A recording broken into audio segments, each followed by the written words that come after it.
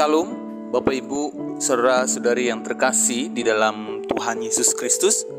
Hari ini kita akan melanjutkan pembacaan dan perenungan kebenaran firman Tuhan dari Injil Matius pasal yang keempat ayat yang pertama sampai yang ke-25. Saya mengajak kita semua untuk mengambil Alkitabnya dan kemudian nanti kita akan baca bersama-sama. Mari kita mulai dengan ayat yang pertama. Maka Yesus dibawa oleh Roh ke padang gurun untuk dicobai iblis. Dan setelah berpuasa 40 hari dan 40 malam, akhirnya laparlah Yesus. Lalu datanglah si pencoba itu dan berkata kepadanya, "Jika engkau anak Allah, perintahkanlah supaya batu-batu ini menjadi roti." Tetapi Yesus menjawab, "Ada tertulis, manusia hidup bukan dari roti saja, tapi dari setiap firman yang keluar dari mulut Allah." Kemudian iblis membawanya ke kota suci dan menempatkan dia di bubungan bait Allah. Lalu berkata kepadanya, "Jika engkau anak Allah, jatuhkanlah dirimu ke bawah. Sebab ada tertulis mengenai engkau, ia akan memerintahkan malaikat-malaikatnya, dan mereka akan menatang engkau di atas tangannya, supaya kakimu jangan terantuk kepada batu." Yesus berkata kepadanya, "Ada pula tertulis, janganlah engkau mencobai Tuhan Allahmu." Dan iblis membawanya pula ke atas gunung yang sangat tinggi dan memperlihatkan kepadanya semua kerajaan dunia dengan kemegahannya. Dan berkata kepadanya, "Semua itu akan kuberikan kepadamu jika engkau sujud menyembah aku." Maka berkata Yesus kepadanya, "Enyalah iblis, sebab ada tertulis, engkau harus menyembah Tuhan Allahmu, dan hanya kepada Dia sajalah engkau berbakti." Lalu iblis meninggalkan dia, dan lihatlah, malaikat-malaikat datang melayani Yesus. Tetapi waktu Yesus mendengar bahwa Yohanes telah ditangkap, menyingkirlah ia ke Galilea. Ia meninggalkan Nazaret dan diam di Kapernaum, di tepi danau di daerah Zebulun dan Naftali, supaya genaplah firman yang disampaikan oleh Nabi Yesaya, "Tanah Zebulun dan tanah Naftali, jalan ke laut, daerah seberang sungai Yordan, Galilea, wilayah bangsa-bangsa lain. Bangsa yang diam dalam kegelapan telah melihat terang yang besar, dan bagi mereka yang diam di negeri yang dinaungi maut telah terbit terang." Sejak waktu itulah Yesus memberitakan, "Bertobatlah, sebab kerajaan sorga sudah dekat." Dan ketika Yesus sedang berjalan menyusur danau Galilea, ia melihat dua orang bersaudara, yaitu Simon yang disebut Petrus dan Andreas saudaranya. Mereka sedang menebarkan jala di danau, sebab mereka penjala ikan. Yesus berkata kepada mereka, "Mari, ikutlah aku, dan kamu akan kujadikan penjala manusia." Lalu mereka pun segera meninggalkan jalannya dan mengikuti dia. Dan setelah Yesus pergi dari sana, dilihatnya pula dua orang bersaudara, yaitu Yakobus anak Zebedeus dan Yohanes saudaranya, bersama ayah mereka, Zebedeus, sedang membereskan jala di dalam perahu. Yesus memanggil mereka, dan mereka segera meninggalkan perahu serta ayahnya, lalu mengikuti dia. Yesus pun berkeliling di seluruh Galilea. Ia mengajar dalam rumah-rumah ibadat dan memberitakan Injil kerajaan Allah, serta melenyapkan segala penyakit dan kelemahan di antara bangsa itu. Maka tersiarlah berita tentang dia di seluruh Syria, dan dibawalah kepadanya semua orang yang buruk keadaannya, yang menderita berbagai penyakit dan sengsara, yang kerasukan, yang sakit ayan, dan yang lumpuh. Lalu Yesus menyembuhkan mereka. Maka orang banyak berbondong-bondong mengikuti dia. Mereka datang dari Galilea dan dari Dekapolis, dari Yerusalem dan dari Yudea dan dari seberang Yordan.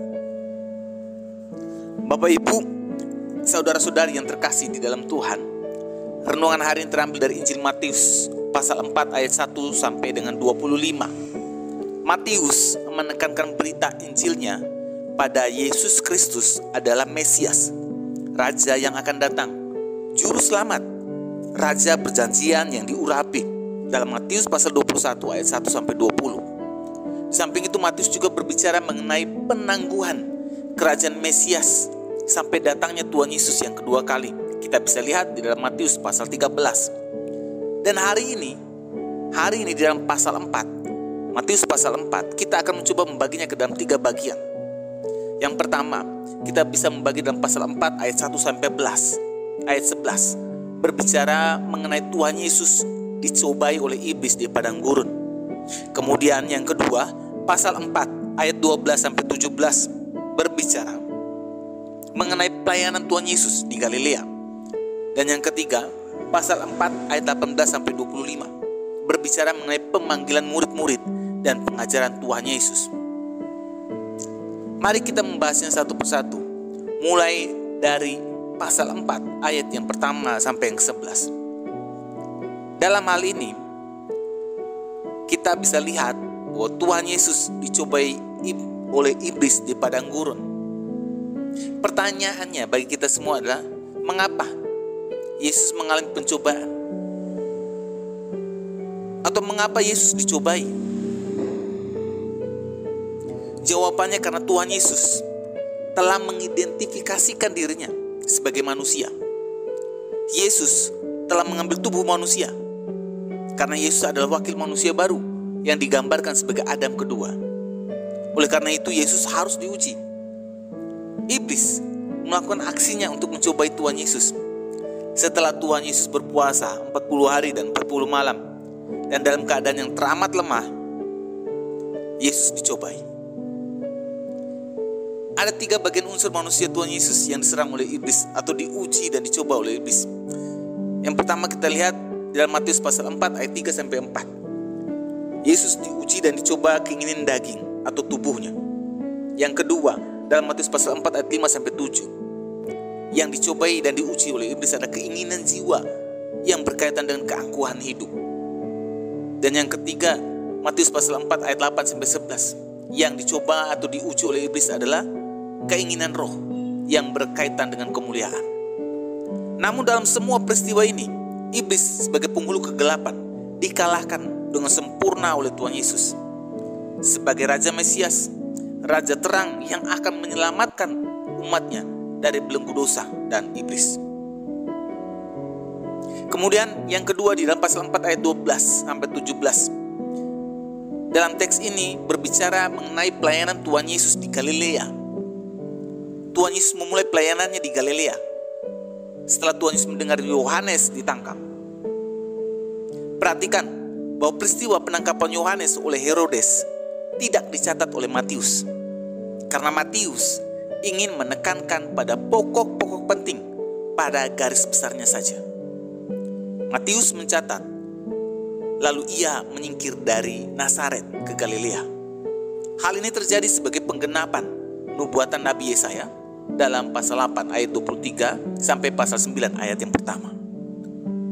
Dan yang ketiga, kita bisa lihat di dalam pasal 4 ayat 18 sampai 29. Dalam teks ini berbicara mengenai pemanggilan murid-murid yang pertama dan pengajaran Tuhan Yesus. Murid-murid yang pertama berasal dari latar belakang nelayan sekitar Danau Galilea, seperti Simon Petrus, Yohanes, dan Yakobus anak-anak Zebedeus, dan Andreas saudara Simon Petrus. Dan bersama mereka lah Tuhan Yesus meneruskan pelayanannya memberitakan Injil Kerajaan Sorga dari sinagog ke sinagog. Dan pelayanan ini diteguhkan dengan mujizat-mujizat yang dibuat oleh Tuhan Yesus.